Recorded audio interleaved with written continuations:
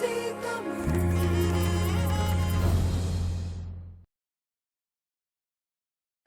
நேயர்களே, இது உங்கள் ஐபிசி தமிழின் ஆரோக்கியமே அழகு வெல்னஸ் ஷோ. ஆரோக்கியம் அப்படிங்கிறது நம்மளுக்கு லைஃபுக்கு ஒரு முக்கியமான விஷயம். ஆமாம், அப்போல்லாம் பார்த்தீங்கன்னா நம்ம தாத்தா பாட்டி இன்னமும் உயிரோடு இருக்காங்க. அது ரொம்ப ஆரோக்கியமாக யோசிச்சு, நான் தப்பாலாம் சொல்லலை, அதாவது ரொம்ப ஆரோக்கியமாக இருக்கிறாங்கன்னு ஒரு எக்ஸாம்பிளுக்காக சொன்னேன். இப்போல்லாம் பார்த்தீங்கன்னா மனுஷனோட லைஃப் டைமே பார்த்தீங்கன்னா ரொம்ப குறைஞ்சிக்கிட்டே வருது. ஒரு 80 இருந்துச்சு, அதுக்கப்புறம் 75, இப்போல்லாம் 45, 50 வயசுலேயே வந்து நிறைய பேர் வந்து ஆரோக்கியம் ரொம்ப கம்மியாகி ரொம்ப கிரிட்டிக்கலான ஸ்டேஜ்லாம் போக ஆரம்பிச்சிட்டாங்க. ஸோ இதுக்கு காரணம் என்ன அப்படின்னு நினைக்கிறீங்கன்னா, ஆரோக்கியம் மட்டும்தான். ஆரோக்கியமாக இருக்கணும் அப்படின்னா கண்டிப்பாக நம்ம கரெக்டான ஃபுட் கரெக்டான டைமில் எடுத்துக்கிட்டால் மட்டுமே அதை நம்ம மெயின்டைன் பண்ண முடியும். அந்த சம்மந்தப்பட்ட விஷயம்தான் நம்ம ஷோ ஆரோக்கியமே அழகு. வழக்கம் போல் ஆரோக்கியமே அழகில் 3 செக்மெண்ட் உங்களுக்காக வெயிட் பண்ணிக்கிட்டு இருக்கு. ஹெல்த் செக்மெண்ட், ஜூம்பா, அதுக்கப்புறம் பியூட்டி.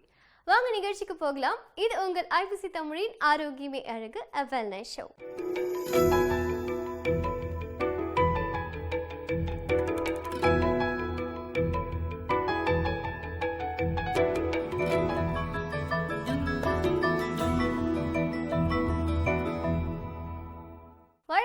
ஆரோக்கியமே அழகில் ஃபர்ஸ்ட் செக்மெண்ட் உங்களுக்காக காத்துக்கிட்டு இருக்கு ஹெல்த் செக்மெண்ட். ஸோ இந்த ஹெல்த் செக்மெண்ட்டில் நிறைய இன்ஃபர்மேஷன்ஸ் டாக்டர் ஒவ்வொரு நாளும் கொடுத்துக்கிட்டு இருக்காங்க. இன்றைக்கும் டாக்டர் என்ன சொல்கிறாங்க அப்படிங்கிறத பார்க்கலாம்.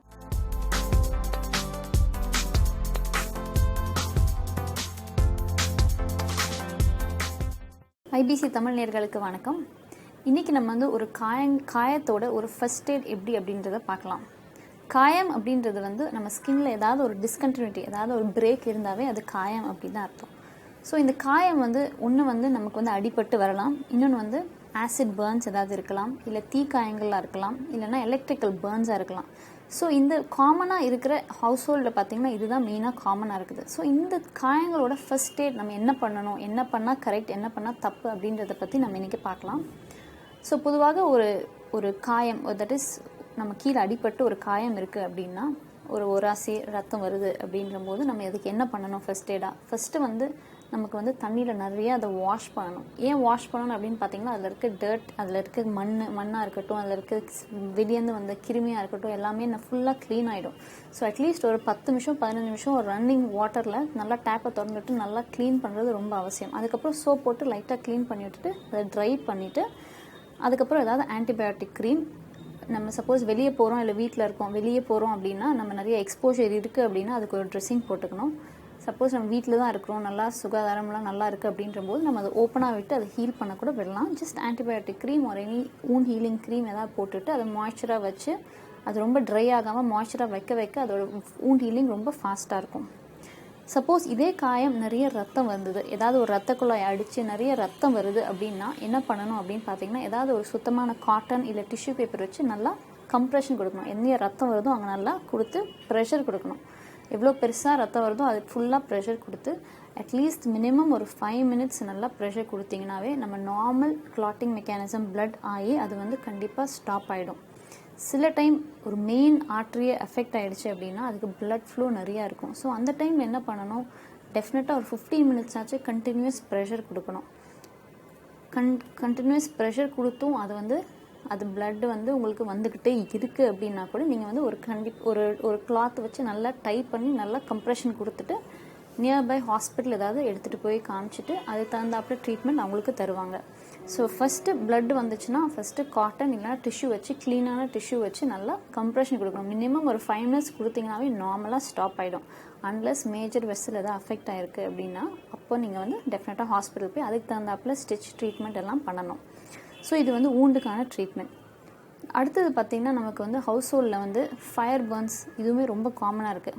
நம்ம ஹவுஸ் ஒய்ஃப்ஸ் கிச்சனில் வேலை செய்யும்போது கான்டாக்ட் பர்ன்ஸ், தட் இஸ் நம்ம பாத்திரம் சூடாக இருக்க பாத்திரம் கண்டிப்பாக தொடுறது, இல்லைனா வந்து குழந்தைங்க சுற்றி போகாமல் நமக்கு அது சூடாக இருக்குன்னு தெரியாமல் அவங்க வந்து எதாவது கொட்டிக்கிறது, இந்த மாதிரி நிறைய அவங்களுக்கு வந்து ஃபயர் இன்ஜுரிஸ் நிறையா இருக்குது. ஸோ இந்த ஃபயர் இன்ஜுரி, இந்த தீக்காயங்கள்னால நமக்கு எப்படி ஸ்கின் பாதிப்பு அப்படின்னு பார்த்தீங்கன்னா, தீக்காயம் வந்து ஒன்று வந்து நமக்கு வந்து எவ்வளோ நேரம் கான்டாக்ட் இருக்குது அதை பொறுத்து இந்த தீக்காயமோட டிகிரிஸ் டிஃபர் ஆகும். பொதுவாக தீக்காயங்களில் பார்த்தீங்கன்னா 4 டிகிரி ஆஃப் பேர்ன்ஸ் இருக்குது. ஃபர்ஸ்ட் டிகிரி பார்த்தீங்கன்னா வெறும் மேலே இருக்க ஸ்கின்னோட இருக்கிறது வந்து first degree burn. Second degree பார்த்தீங்கன்னா ஸ்கின்னு கீழே அடுத்த லேயர் பாதிச்சிச்சு அப்படின்னா அது செகண்ட் டிகிரி பேர்ன். இந்த செகண்ட் டிகிரி பேர்ன் தான் மோஸ்ட் காமனாக இருக்கும். இந்த பேர்ன் பார்த்தீங்கன்னா ஏதாவது சுடுதண்ணி பட்டு நமக்கு அந்த பிளிஸ்டர் கொப்பளம்னு சொல்லுவாங்க, அந்த கொப்பளம்லாம் வந்துச்சுன்னா அது வந்து கண்டிப்பாக செகண்ட் டிகிரி பேர்ன். அதுக்கப்புறமும் போய் அடியில் இருக்கிற ஃபேட் இல்லைன்னா அந்த உள்ளே இருக்க சதையை பாதிச்சிருக்கு அப்படின்னா அது வந்து தேர்ட் டிகிரி பேர்ன். இதுவும் இல்லாமல் ரொம்ப கீழே போய் போன் மசில் எல்லாம் தெரியுது அப்படின்னா அது வந்து ஃபோர்த் டிகிரி பேர்ன். ஸோ இந்த பேர்ன் வந்து கண்டிப்பாக வந்து எவ்வளோ நேரம் கான்டாக்ட் டியூரேஷன் இருக்கோ அந்தளவுக்கு நமக்கு தீக்காயமோட டிகிரிஸ் கீழே போய்கிட்டே இருக்கும். ஸோ இந்த பேர்ன் வந்துச்சுன்னா அதுக்கு ஃபர்ஸ்ட் எய்ட் என்ன பண்ணணும் அப்படின்னா, ஒன்று வந்து எதனால் பேர்ன் வந்துச்சு நம்ம பார்க்கணும். ஏதாவது சுடுதண்ணியா இல்லை வந்து டைரக்ட் ஃப்ளேம்னால வந்துச்சா அப்படின்னு பார்க்கணும்.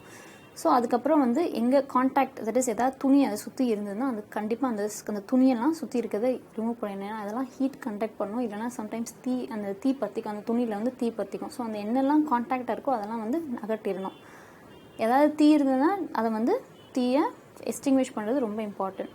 ஸோ அதுக்கப்புறம் வந்து நமக்கு வந்து அசஸ் பண்ண வேறு ஏதாவது இருக்குதா இல்லைன்னொடனே உடனே தண்ணியில் வந்து நல்லா அதை வந்து நல்லா கூல் வாட்டரில் நல்லா ஓடுற தண்ணியில் நல்லா வாஷ் பண்ணணும். அட்லீஸ்ட் ஒரு 15 minutes நல்லா வாஷ் பண்ணி நல்லா கூல் பண்ண வைக்கணும். இம்மீடியட்டாக கூல் பண்ணால் நமக்கு அந்த டிகிரி ஆஃப் பேர்ன் நல்லாவே குறையும். அது மட்டும் இல்லாமல் சிம்டம் வைஸ் நமக்கு பெயின் ரொம்ப பேர்னிங் சென்சேஷன் இல்லாமல் நிறையா இருக்கும். ஸோ நல்லா கூல் வாட்டரில் நல்லா வாஷ் பண்ணணும். நிறைய பேர் ஐஸ் போடுவாங்க. ஐஸும் பார்த்திங்கன்னா அது வந்து நமக்கு வந்து எவ்வளோ ரொம்ப டூ மச் ஆஃப் ஐஸும் நமக்கு வந்து ஸ்கின்னை வந்து பேர்ன் பண்ணிடும். ஸோ அதனால் ஐஸ் இல்லாமல் ஜஸ்ட் கூல் வாட்டரில் நல்லா ரன்னிங் வாட்டரில் நீங்கள் பண்ணாவே you feel much better.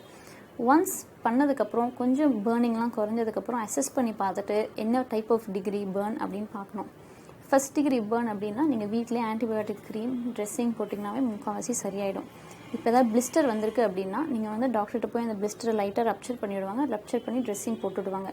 Second degree பேர்ன்ஸுக்குலாம் கொலாஜன் ட்ரெஸ்ஸிங், தேர்ட் டிகிரி அதெல்லாம் depends on what type of dressing. நமக்கு வந்து ட்ரெஸ்ஸிங் மாற்றிக்கிட்டே இருக்கணும். So first degree burns mostly ஹோம்லேயே நீங்கள் ஃபர்ஸ்ட் எய்ட் எடுத்துக்கிட்டால் பெட்டர். அதுக்கு மேலே இருக்கிறது நீங்கள் கண்டிப்பாக ஹாஸ்பிட்டலில் போய் பார்க்குறது ரொம்ப அவசியம்.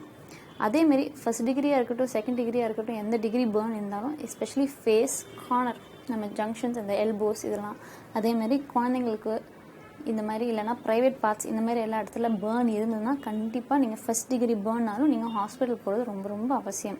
கண்ணு பக்கத்தில் இது மாதிரி இருக்கிறது நீங்கள் கண்டிப்பாக ஹாஸ்பிட்டலில் போய் ஒரு டாக்டர்ஸ் ஒப்பீனியன் வாங்குறது ரொம்ப ரொம்ப அவசியம். அடுத்த காமனாக நம்ம ஃபேமிலியில் பார்க்குறது வந்து என்னன்னு பார்த்தீங்கன்னா ஆசிட் பேர்ன்ஸ். ஆசிட் பேர்ன்ஸ் அப்படின்றது நம்ம வந்து ஆசிட் எப்படி வீட்டில் இருக்கும் அப்படின்றது நிறைய பேர் பார்ப்பாங்க. பட் ஆனால் இந்த டாய்லெட் கிளீனிங் அது மட்டும் இல்லாமல் ஃபேக்ட்ரிஸ் அந்த ஆசிட்லாம் யூஸ் பண்ணுறது அதெல்லாம் கூட நம்ம குழந்தைங்க தெரியாமல் பண்ணுறது இல்லை அடல்ட்ஸே நம்ம யூஸ் பண்ணும்போது நமக்கு மேலே பட்டுச்சுன்னா ஆசிட் பேர்ன் ஆகிடும். ஸோ முக்கால்வாசி நமக்கு வந்து என்ன ஆசிட் பட்டுருச்சு அப்படின்னாவே நமக்கு அதுக்கு தகுந்தாப்ப ட்ரீட்மெண்ட் டிஃப்ரெண்டாக இருக்கும். சம்டைம்ஸ் என்ன ஆசிட்னு கூட தெரியாமல் நமக்கு வந்து வெறும் ஆசிட் தான் தெரியும். ஸோ அதை வந்து கண்டிப்பாக நீங்கள் வாட்டரில் நல்லா வாஷ் பண்ணணும். அதுக்கப்புறம் என்ன டைப் ஆஃப் ஆசிட்னு கண்டுபிடிச்சி அதுக்கு தகுந்தாப்புல ரெமெடி மாற்றி நீங்கள் டாக்டர்கிட்ட போய் சொன்னால் அவங்களுக்கு தகுந்தாப்புல ட்ரீட்மெண்ட் பண்ணுவாங்க. ஏன்னா சில ஆசிட் பேர்ன்ஸில் தண்ணி போடுறதோட சும்மா விடுறது பெட்டர். ஸோ அதனால் என்ன டைப் ஆஃப் ஆசிட் பார்க்குறதுன்னு ரொம்ப அவசியம்.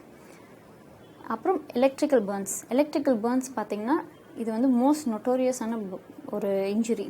எலக்ட்ரிக்கல் பேர்ன்ஸ் வெளியே பார்க்கறதுக்கு ஒன்றுமே இல்லாமல் இருக்கும். ஆனால் வந்து எலக்ட்ரிசிட்டி என்ன அது கண்டக்ட்ஸ் நம்ம போனில் கண்டக்ட் ஆகிறதுனால நமக்கு வந்து நம்ம டிஷ்யூ வந்து உள்ளே டீப்பாக இருக்கிற டிஷ்யூ வந்து டேமேஜ் ஆகிடும். ஸோ அதனால் எலக்ட்ரிக் பேர்ன்ஸ் இருந்தால் கண்டிப்பாக நீங்கள் டாக்டர் போய் பார்க்குறது ரொம்ப ரொம்ப அவசியம். there are 2 types of burns. ஒன்று வந்து சூப்பர்ஃபிஷியலாக நடக்கும், இன்னொன்று வந்து டைரெக்டாக ஹார்ட் பாதிச்சு அவங்களுக்கு வந்து they will have a cardiac arrest. So அதனால் சப்போஸ் உங்களுக்கு மைனர் இன்ஜுரியாக இருந்தாலும் நீங்கள் வந்து டாக்டரை போய் பார்த்துட்டு ஏதாவது எக்ஸிட் wound என்ட்ரி wound இருந்தால் கண்டிப்பாக அதுக்கு எக்ஸிட் wound இருக்கும். ஸோ அதெல்லாம் அசஸ் பண்ணி பார்க்குறது ரொம்ப ரொம்ப அவசியம். இந்த ஃபர்ஸ்ட் எய்ட் மெஷர்ஸ்லாம் இருக்கிறத விட நம்ம அதை எப்படி ப்ரிவெண்ட் பண்ணணும் அப்படின்றது ரொம்ப முக்கியம். ஸோ அதனால் வீட்டில் இருக்கிற திங்ஸ் எல்லாமே ரொம்ப ஷார்ப் எட்ஜஸ்லாம் நம்ம வந்து ப்ரொடெக்ட் பண்ணி வச்சுக்கணும். நம்ம எப்பயும் வீட்டில் ஒரு ஃபயர் எக்ஸ்டிங்விஷர் வைக்கிறது ரொம்ப அவசியம். ஸோ ஏதாவது எமர்ஜென்சி ஃபயர் இருந்தால் அதை வந்து எக்ஸ்டிங்விஷ் பண்ணுறதுக்கு ஆசிட் இதெல்லாம் வந்து குழந்தைங்க ரீச்லேருந்து இல்லை சின்ன தெரியாமல் படுறோம் அதெல்லாம் ரீச்லேருந்து உள்ளே வைக்கிறது ரொம்ப ரொம்ப அவசியம். So preventive measures always better than cure. So நேர்களே இன்றைக்கி நம்ம வந்து ஒரு காயத்துக்கு எப்படி ஒரு ஃபர்ஸ்ட் எய்ட் கொடுக்கணும் அப்படின்றத பற்றி நம்ம இன்றைக்கி பார்த்தோம். மீண்டும் வேறு ஒரு டாப்பிக்கில் சந்திக்கலாம். நன்றி, வணக்கம்.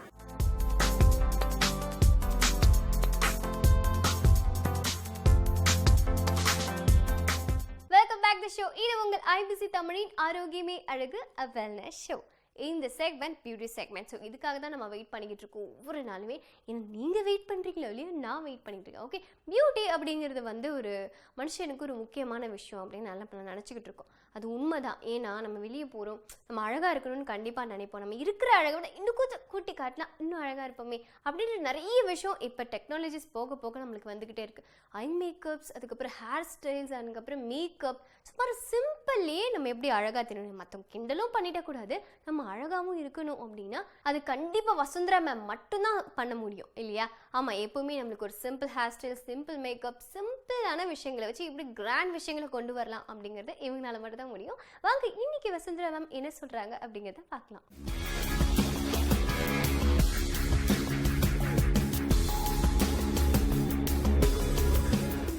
ஐபிசி தமிழ் நேயர்களுக்கு இனிய வணக்கம். ஆரோக்கியமே அழகு நிகழ்ச்சியில் பியூட்டி செக்மெண்ட்டில் உங்கள் எல்லாரையும் சந்திக்கிறதுல ரொம்ப மகிழ்ச்சி. இந்த நிகழ்ச்சியில் நம்ம என்ன பார்க்க போகிறோம்னா, காலேஜ் ஸ்டூடெண்ட்ஸ்க்கு எப்படி வேக்சின் செஞ்சுக்கலாம் அப்படின்றது தான்.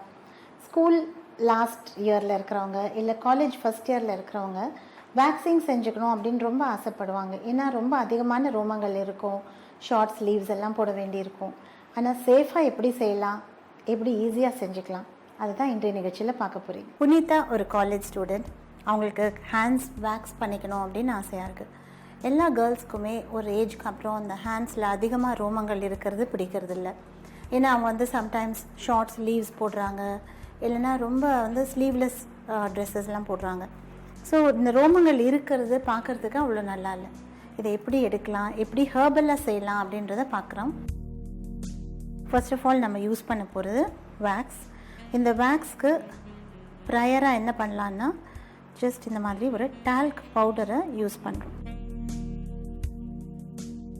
அடுத்ததாக நான் யூஸ் பண்ணுறது hot wax. So hot wax அப்படின்றது பொறுக்கக்கூடிய அளவில் தான் இருக்கும், ரொம்ப ஹாட்டாக இருக்காது. ஸோ அதோடைய ஹீட் எவ்வளோ இருக்குது அப்படின்னு நம்ம ஃபீல் பண்ணி பார்க்கலாம். ஜஸ்ட் கொஞ்சம் தொட்டு பார்க்கலாம், ஓகே பேரபிளாக இருக்கா அப்படின்னு பார்த்துட்டு அதுக்கப்புறம் அப்ளை பண்ணலாம்.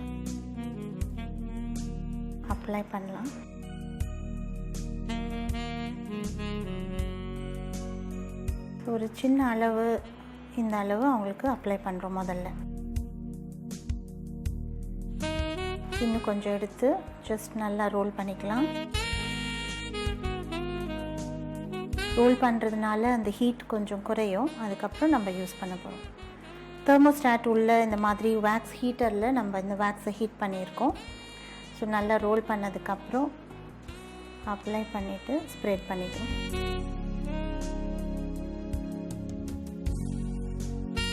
இதுக்கு மேலே நம்ம யூஸ் பண்ண போகிறது வேக்ஸ் ஸ்ட்ரிப். ஸோ இந்த வேக்ஸ் ஸ்ட்ரிப்பை அவங்க கைக்கு மேலே வைக்கிறோம்.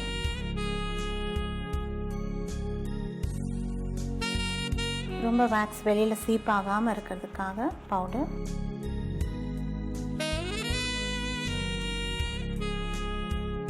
ஹேரோட க்ரோத் எந்த டைரெக்ஷனில் இருக்கோ அந்த டைரெக்ஷனில் நம்ம இப்போ யூஸ் பண்ணியிருக்கோம். இப்போ எடுக்க போகிறது வந்து அதில் ஆப்போசிட் டைரெக்ஷனில் நம்ம எடுக்க போகிறோம். ஸோ நல்லா டைட்டாக அவங்க கையை பிடிச்சிட்டு ஒரே புல்லில் எவ்வளோ ஹேர் வந்திருக்கு அப்படின்றத நம்ம பார்க்குறோம். ஸோ இது வந்து ஒரே டைமில் எவ்வளோ ஹேரும் நம்ம எங்கெல்லாம் போட்டோமோ அந்த இடம்லாம் கம்ப்ளீட்டாக வந்துடுச்சு. ஸோ இது வந்து ரொம்ப easy and best way of removing. ஏன்னா நம்ம வேறு எந்த மெத்தட்லேயும் ஹேர் திருப்பி அதிகமாகுமான்னு பயப்பட வேண்டியிருக்கோம், இல்லைன்னா வந்து ரொம்ப வலிக்குமா அப்படின்ற ஒரு பயம்லாம் இருக்கும். ஸோ இப்போ நம்ம வந்து அதே மாதிரி இன்னொரு சைடில் இன்னொரு பக்கம் எடுக்கலாம். இப்போ நான் யூஸ் பண்ணுறது ஹாட் வேக்ஸ். நல்ல வார்மாக தான் இருக்கும், ரொம்ப ஹாட்டாக இருக்காது.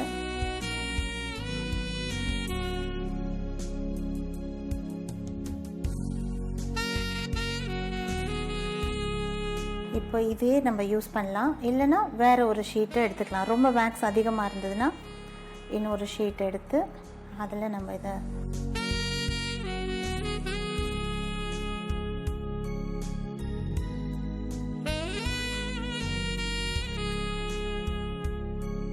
வேக்ஸ் நல்லா சீப் ஆகாமல் இருக்கிறதுக்கு தான் மேலே இந்த டால்க். எடுக்கும்போது எடுக்கிறவங்க கிட்ட நம்ம கொஞ்சம் பேசிகிட்டே எடுத்தால் அவங்களுக்கு கொஞ்சம் பயம் இல்லாமல் இருக்கும். அதனால் உங்களுக்கு வலிச்சுதா? இல்லை வலிக்கல. ஸோ அதே மாதிரி தான், ஜஸ்ட் ஒன் புல், அவ்வளோதான். ஸோ உங்களுக்கு பார்த்தா தெரியுது எவ்வளோ ஹேரும் ஜஸ்ட் ஒரே வினாடியில் வந்துடுறதுன்னு சொல்லலாம். இது அடிக்கடி வளராது, ஏன்னா இது ரூட்டோடு வெளியே வந்திருக்கிறதுனால அவங்களுக்கு அடுத்தது நெக்ஸ்ட் மந்த்தோ இல்லைன்னா அதுக்கப்புறம் 2 monthsக்கு அப்புறம் கூட செய்யலாம். ரொம்ப easy way of hair removal. இந்த வேக்ஸை நம்ம ஃபுல் பாடிக்கு யூஸ் பண்ணலாம், அப்பர் லிப் யூஸ் பண்ணலாம், சில பேர் ஐப்ரோஸ் எடுக்கிறதுக்கு கூட யூஸ் பண்ணுவாங்க, அதே மாதிரி சின் ஹேர்ஸ் இந்த மாதிரி இடங்களுக்கு யூஸ் பண்ணலாம். இப்போ நிறைய பேருக்கு இதெல்லாம் இருக்கிறதுனால ஐயோ நான் எப்படி எல்லாரையும் ஃபேஸ் பண்ணுவேன் அப்படின்ற ஒரு பயம் இருக்கும். நிறைய லேடிஸ்க்கு இது ஒரு ப்ராப்ளமாகவே இருக்குது. ஸோ இந்த மாதிரி வேக்ஸ் நீங்களே எடுக்கக்கூடிய அளவுக்கு தான் இருக்கும். அந்த அளவுக்கு நீங்கள் தெரிஞ்சுட்டு இதை பற்றி நல்லா புரிஞ்சுட்டு அதுக்கப்புறம் நீங்கள் ஒன்றா கூட செய்யலாம்.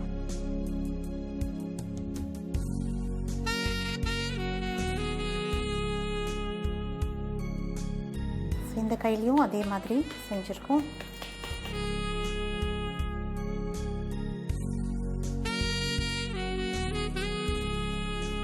எல்லா வேக்ஸும் இந்த ஸ்ட்ரிப்பில் நல்லா படியுதா அப்படின்ட்டு பார்க்கணும். பார்த்துட்டு அதுக்கப்புறம் நம்ம எடுக்கலாம்.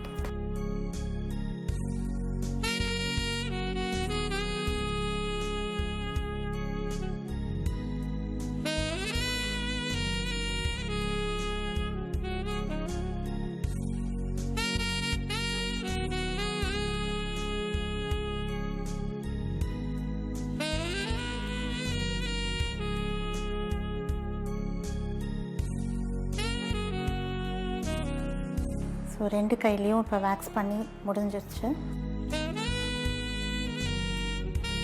நல்லா க்ளீன் பண்ணிவிட்டு அப்புறம் பார்க்கலாம். வேக்ஸ் பண்ணி முடிச்சாச்சு. இப்போ அவங்களுடைய கையில் மாய்ஸ்சரைசர் அப்ளை பண்ண போகிறோம். மாய்ஸ்சரைசர் நம்மளுடைய ஸ்கின்ல ஏதாவது அலர்ஜிஸ் வராமல் இருக்கிறதுக்காக. ஏன்னா வேக்ஸ் பண்ணும்போது ஃபாலிக்கல்லாம் மேலே அப்படியே தூக்குறதுனால சம்டைம்ஸ் ரெட்டிஷாக இருக்கும், இல்லை சில பேருக்கு கொஞ்சம் ரேஷஸ் மாதிரி வரலாம். ஆனால் வேக்ஸும் பண்ணணும், ரேஷஸும் வரக்கூடாதுன்னா ரொம்ப கஷ்டம். அதனால் செஞ்சு முடித்ததுக்கப்புறம் எந்த விதமான ப்ராப்ளமும் வரக்கூடாதுன்றதுக்காக நல்ல மாய்ஸ்சரைசரால் இந்த மாதிரி மசாஜ் கொடுக்கலாம். மசாஜ் பண்ணிவிட்டால் அந்த ஃபாலிக்கல் எல்லாம் தானே கீழே அப்படியே படிஞ்சிரும். அதுக்கப்புறம் அவங்களுக்கு ரேஷ் எதுவும் வராது. ஸோ ரொம்ப ஃபஸ்ட் டைம் ரொம்ப சென்சிட்டிவ் ஸ்கின், இந்த மாதிரி ஃபேர் ஸ்கின்னாக உள்ளவங்களுக்கெல்லாம் இந்த மாதிரி கொஞ்சம் ரெட்னஸ் இருக்கும். அதுக்கப்புறம் கொஞ்சம் நேரத்தில் அது போயிடும். இதே மாதிரி இன்னொரு கையிலையும் யூஸ் பண்ணலாம்.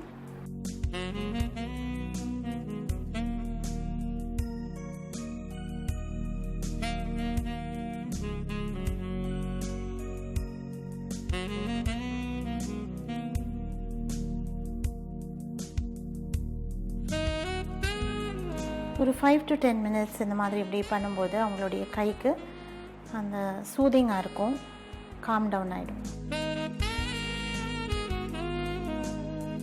இப்போ அவங்களுடைய கை எவ்வளோ சாஃப்டாக இருக்குது அப்படின்றது நீங்களே பார்க்குறீங்க. ரெட்டிஷாக இருந்தாலும் கொஞ்சம் நேரத்தில் அந்த ரெட்னஸ் எல்லாம் சப்சைட் ஆகிடும்.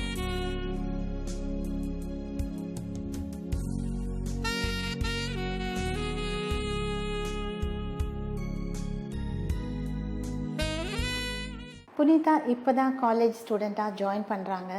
அவங்களுக்கு நிறைய டவுட்ஸ், என்னெல்லாம் செஞ்சுக்கலாம் ஒரு காலேஜ் ஸ்டூடெண்ட் அப்படின்னு கேட்டாங்க. முதல்ல அவங்களுக்கு ரொம்ப விருப்பமானது இந்த கைகளில் இருக்கிற அதிகமான ரோமங்களை எடுக்கணும், அதாவது வேக்சிங் செஞ்சுக்கணும்னு ஆசை. அவங்களுக்கு செஞ்சோம். இப்போ அவங்க கைகள் ரொம்ப அழகாக சாஃப்டாக இருக்குது. இதே மாதிரி நீங்களும் ட்ரை பண்ணலாம். உங்களுக்கு இதில் ஏதாவது சந்தேகங்கள் இருந்தால் எங்களுக்கு எழுதலாம். அதே மாதிரி இந்த மாதிரி ஒரு இன்ட்ரெஸ்டிங் எபிசோடில் மீண்டும் உங்களை சந்திக்கும் வரை உங்களிடமிருந்து விடை பெறுவது வசுந்தரா.